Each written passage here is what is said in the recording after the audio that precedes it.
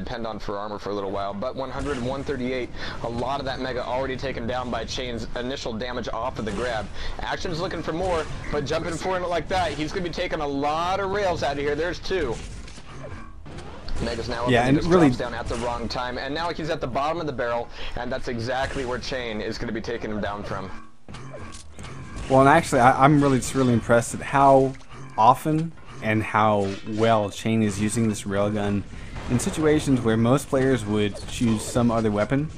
For example, when you've got that height advantage, you might want to use rockets, or at that range, I guess railgun is actually a pretty good choice. But we've also seen Chain really use that railgun in close range battles, where it's a lot less expected. And I think maybe one thing he's found is that, oh wow, look at that beautiful LG train. 40% LG, folks, and he had, if at all, barely used the LG before, so great work there. But what I was going to say was, I'm wondering if maybe Chain has figured out something where players are maybe somehow predictable to him when he has his railgun out, because basically, for those that aren't really into Quake Live, your dodging will change depending on what kind of weapon you're facing against. So, like if you see your opponent with a rocket launcher out, you're going to dodge a certain way. If you see your opponent with a railgun out, you're again going to dodge a certain way. And I'm wondering if Chain has picked up on something. He's basically found a weakness that a lot of players have, which is when you're dodging against a player with a railgun and it's long range, it's actually kind of easy to dodge because you can time the reload and you basically just try to juke them out, right? But close range, it's actually a bit more difficult, I think, against a player that, like Chain, has really seemed to have practiced this, because he's hit a lot of his impressives when it's close range. So I'm just impressed with what he's doing, and I'm curious to see if it's going to how far it's going to carry him, because I think we have. Is it even? Yeah, it's Borgasm up next, so that'll be quite a test of Chain's skill.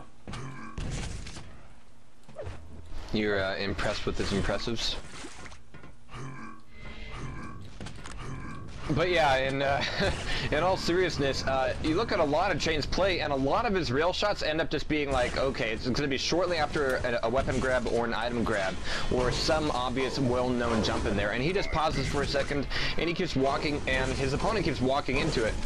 And so, especially when you're playing against someone like Chain, who's going to be making those shots every single time, he's going to take time out of his play to just stand still and wait for you to do the obvious thing. So if you know that your Chain is nailing you down time and time again because of those issues, you gotta be a little more unpredictable there. Yeah. But I mean, I'm really kind of blown away with Chain's railgun work, and and look how often he's using it. I mean, he's hit quite a few impressives, but he's also just, I mean, it's his bread and butter at the moment. You've barely seen him use LG. He uses rockets every now and then. Again, boom, there's a railgun shot, and now he's crippled his opponent. This is actually a really big hit because Shun was able to get that red, but now he's walking into this mega health room with a mere, well, now 64 health after another railgun shot. Look at the rocket splash doing a lot of damage to Chain, though. Shun down to 26 health. Can he get the rocket pops to save his life? Unfortunately, he can get the rocket shot into the pillar, which gives him a little bit of plastic surgery. Unintentional. So, let's see.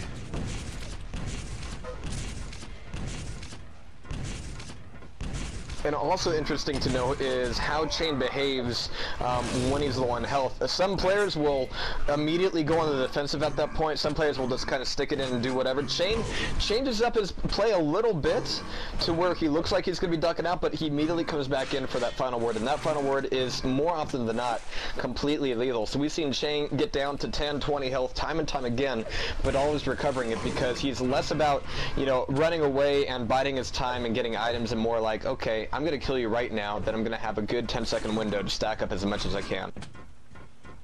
And with the rail like that, he can manage to do it so far.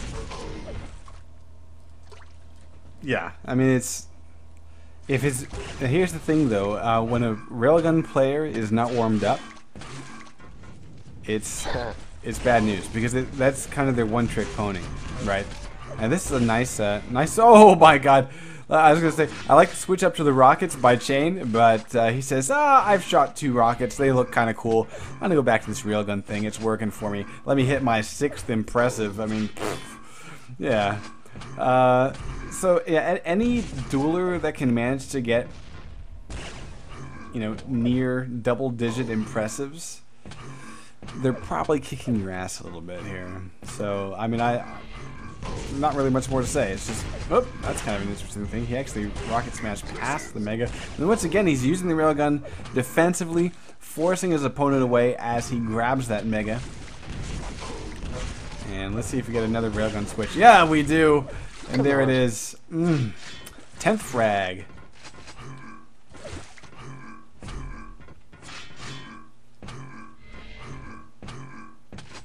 And just think, if Action, well, Shun, and actually we have some things to say about Shun in just a second, but if Shun didn't say come out from behind that pillar or make the jump for Mega Health those 8 or 9 times, then we'd be seeing a much different score. Chain is doing a lot right now, but a lot of this is just Shun giving a lot of things over to him. Yeah. And yeah, playing it by the book has its advantages. And there are players that will play you as if you're playing by the book, and Chain is just going, okay, if you're going to do that, then I'm going to know where you are at all times, and I'm going to be hitting you every time you show your pale white ass. But Shun, I want to give a lot of credit to him because during Saturday, he was such a help.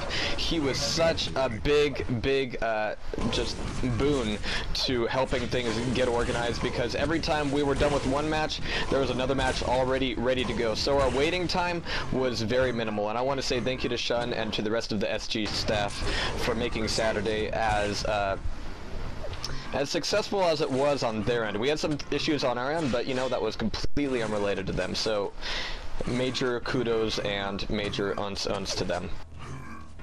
Sweet.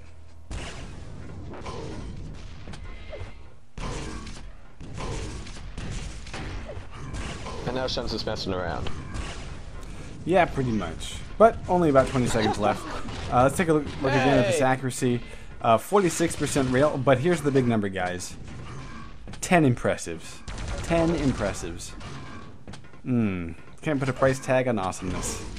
So, Chain, really solid rail. What is he going to do when his opponent calls DM13, T9? It could be interesting.